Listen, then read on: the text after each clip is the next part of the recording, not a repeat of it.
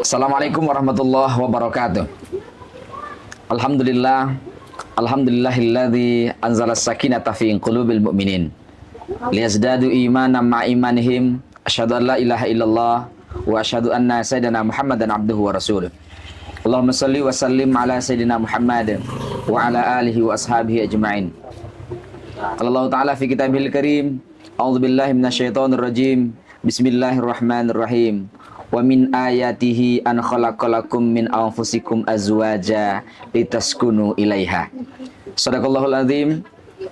Pemirsa, sahabat dakwah yang dirahmati Allah Subhanahu wa taala, kita bersyukur kepada Allah dengan memperbanyak kalimat tasbih subhanallah walhamdulillah wala ilaha illallah wallahu akbar. Subhanallah walhamdulillah wala ilaha illallah wallahu akbar. Sebagai ungkapan cinta, sebagai ungkapan rindu seorang hamba kepada Tuhannya, maka dia sucikan Tuhannya dengan menyebutkan subhanallah. Maka Tuhannya akan mensucikan hambanya. Sebaliknya, ketika hambanya menyebutkan alhamdulillah, dia puji Allahu Rabbul Alamin setinggi-tingginya, maka Tuhan Allahu Rabbul Alamin akan memuji hambanya dengan setinggi-tingginya, dengan kebanggaan yang luar biasa. Maka semakin kita puji Allah, pada hakikatnya kita sedang memuji diri kita sendiri di hadapan Allah Subhanahu wa taala dan di hadapan para malaikat-malaikatnya, bahkan di alam semesta. Pemirsa, sahabat dakwah yang dirahmati Allah Subhanahu wa taala, selanjutnya kita berselawat kepada Habibinal Karim Muhammad sallallahu alaihi wasallam. Sallallahu ala Muhammad sallallahu alaihi wasallam. Sallallahu ala Muhammad sallallahu alaihi wasallam. Ya Nabi salam alaika, ya Rasul salam alaika, ya Habib salam alaika, salawatullah alaika. Sallallahu ala Muhammad sallallahu alaihi wasallam. Sallallahu ala Muhammad sallallahu alaihi wasallam. Pemirsa, sahabat dakwah yang dirahmati Allah, salawat yang selalu kita baca ini hendaknya menjadikan wasilah kita untuk menghubungkan cinta kita kepada Allah, kepada malaikat Allah, kepada orang-orang yang beriman, termasuk kepada Rasulullah Shallallahu Alaihi Wasallam, bahkan kepada siapapun yang pernah kita cintai, baik keluarga kita, suami kita, anak kita, bahkan siapapun yang menjadi orang terdekat kita, semuanya mudah-mudahan dalam rangka mencintai dan dicintai. Pemirsa, sahabat dakwah yang dirahmati Allah Subhanahu wa taala, tema kita kali ini adalah memilih jodoh.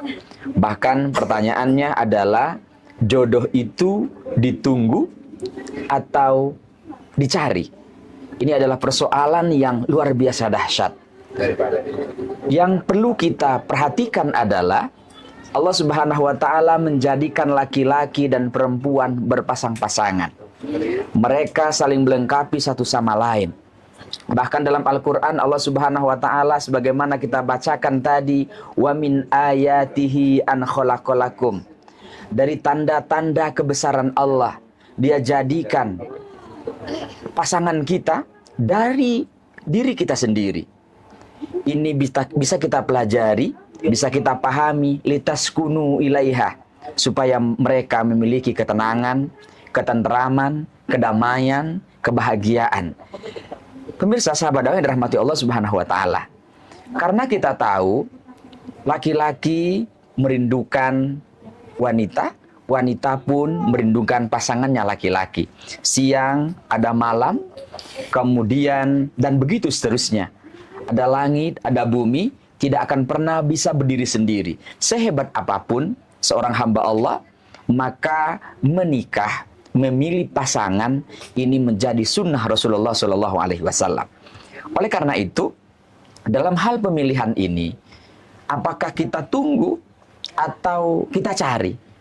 Secara takdir kita yakin Allah Subhanahu wa taala salah satu yang sudah Allah tetapkan adalah jodoh, rezeki, maut, ajal, semua itu sudah Allah tentukan. Tetapi sebagai orang yang beriman kepada Allah, termasuk jodoh sudah Allah tentukan. Tetapi di situ ada upaya manusia. Allah sudah tentukan kita punya jodoh, dan jodoh kita siapa, kemudian jenisnya seperti apa. Kemudian bahkan itu dari diri kita sendiri menurut Al-Quran. Ada kesamaannya dari sifat kita. Boleh jadi karena budayanya, boleh jadi karena bahasanya, boleh jadi karena hobinya, boleh jadi karena satu profesi, dan begitu seterusnya. Semua itu bisa terjadi ketika kita kembalikan bahwa ada upaya manusia. Wa min ayatihi, itu semua ada tanda-tanda kebesaran Allah Subhanahu wa taala. Allah ciptakan kita berpasangan, Allah ciptakan kita memiliki kecintaan satu sama lain, ini untuk kita saling melengkapi. Maka sebelum kita lebih jauh, bahkan boleh jadi hari ini sudah berumah tangga, ada beberapa hal yang harus kita lakukan. Yang pertama, apa yang disebut dengan muhasabah. Muhasabah adalah introspeksi diri. Kita mulai mengenali siapa diri kita. Apa kelebihan kita, apa kekurangan kita, dan ini semakin dalam kita tahu tentang diri kita. Saya punya kelebihan ramah, saya punya kelebihan rajin, saya punya kelemahan amarah, saya punya kelemahan boros.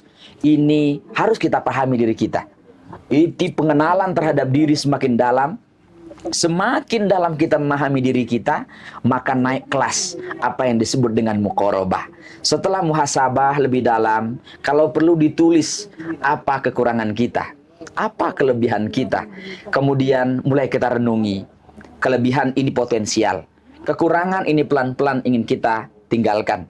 Kenapa? Karena kekurangan inilah yang akan merobohkan, yang akan merusak tatanan kelebihan yang kita punya. Maka tugas kita bermuhasabah, merenung. Kemudian yang berikutnya adalah muqarabah, memantaskan diri. Kalaulah kita sudah tahu bahwa kita orang yang amarah, kalaulah kita tahu potensial kita adalah orang yang memang dermawan, kita tahu bahwa kita adalah orang yang setia, maka kita memantaskan diri. Kita ingin orang lain mencintai kita, maka kita harus pantaskan bahwa kita juga belajar mencintainya. Memantaskan atau muqarabah ini agak mendekatkan antara pribadi kita dengan orang yang kita cintai. Kita akan juga belajar bagaimana memahami diri kita dan akan memahami orang lain.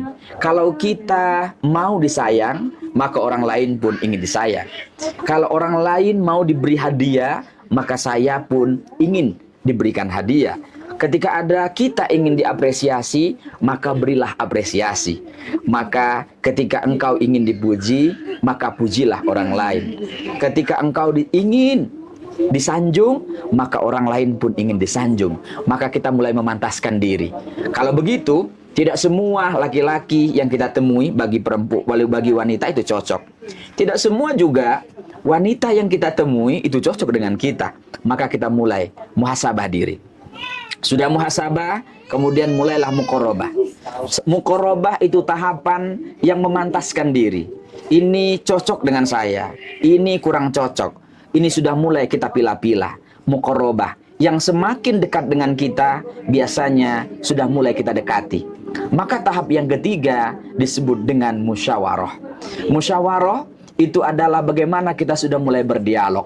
Sudah tahapan proses komunikasi, boleh berdialog langsung, boleh melalui perantara orang tua, boleh lewat teman akrab, boleh guru, lewat ustadznya, atau siapapun orang yang mengenal satu sama lain, sehingga ada tahapan musyawarah.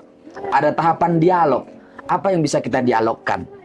Ada yang terkait dengan spiritualitas, ada yang terkait dengan fisik, ada yang terkait dengan emosi. Walaupun memang dalam hadis Rasulullah SAW, laki-laki ataupun perempuan pasti akan memilih 4 karakter. Laki-laki atau perempuan itu.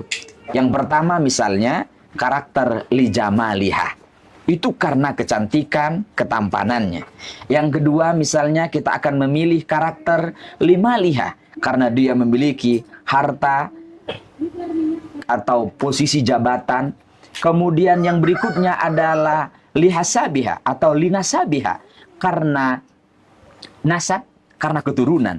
Kemudian yang terakhir tentu kita akan memilih yang terbaik adalah lidiniha karena agama. Tetapi ini semua keempat-empatnya ternyata dalam prakteknya agak sulit kalau tidak kita lakukan tahapan tadi. Maka tahapan yang pertama bisa kita lewati dengan muhasabah diri. Mulai merenung apa kelebihan kita, apa kekurangan kita masing-masing. Kemudian yang kedua, mulai proses muqarabah, memantaskan diri, mendekatkan apa yang kita punya dengan calon kita.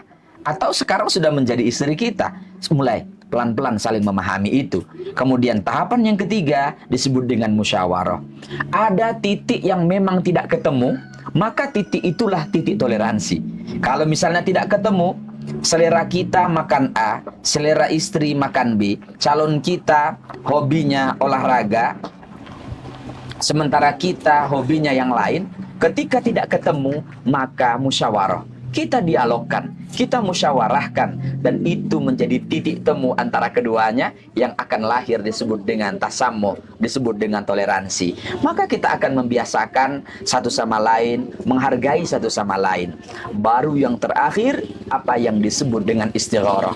Kalaulah kita sudah muhasabah, kita sudah melakukan muraqabah, kita sudah melakukan musyawarah, maka tahap terakhir adalah mohon petunjuk Allah. Apa yang disebut dengan istigharah. Kalau perlu istighosah begitu ya. Karena apa? Karena ini harus kita libatkan Allah. Wa min ayatihi, karena perempuan itu tanda kekuasaan Allah, laki-laki itu kekuasaan Allah. Berarti harus kita dekati Allah secara spiritual. Mohon kepada Allah, ya Allah, kalau seandainya ini jodohku maka dekatkan. Kemudian usahakan aku mampu melewati semua tantangan. Tapi kalau dia bukan jodohku, tolong jauhkan supaya kami tidak larut dalam rasa yang tidak berkesudahan. Oleh karena itu, tahapan yang akan lebih penting juga kita bisa lakukan adalah istigharah. Kita mohon petunjuk Allah, kalau perlu istighosah betul, ajak orang, keluarga terdekat kita, mohon kepada Allah mana yang akan menjadi cocok ketika kita berpasangan. Kalaupun hari ini sudah menjadi proses pernikahan sekalipun, maka kita bisa melakukan tahapan itu setelah menikah, kemudian pelan-pelan memperbaikinya dalam hidup dan kehidupan kita. Demikian, sahabat dakwah yang dirahmati Allah Subhanahu wa taala, sebagai kesimpulan, kita yakin dan percaya semua jodoh sudah Allah takdirkan kepada kita semua. Tapi kita harus berusaha, tidak hanya menunggu, tidak hanya menunggu egois kita, bahkan harus kita katakan harus laki-laki duluan yang datang ataukah perempuan yang datang, itu tidak perlu. Kalaulah kira-kira cocok, maka lakukan muhasabah. Kalaulah cocok, lakukan muqarabah. Kalaulah cocok, lakukan musyawarah. Boleh laki-laki yang datang lebih awal ataupun perempuan lebih awal. Terakhir, mohonlah istigharah kepada Allah. Kalau perlu juga istighosah kepada Allah. Kita mohonkan semua kepada Allah sehingga yang terbaik menurut Allah. Apapun hasilnya, kita terima sebagai qada dan qadar Allah Subhanahu wa taala. Demikian sebagai renungan kita bersama, mudah-mudahan bermanfaat. Assalamualaikum warahmatullahi wabarakatuh.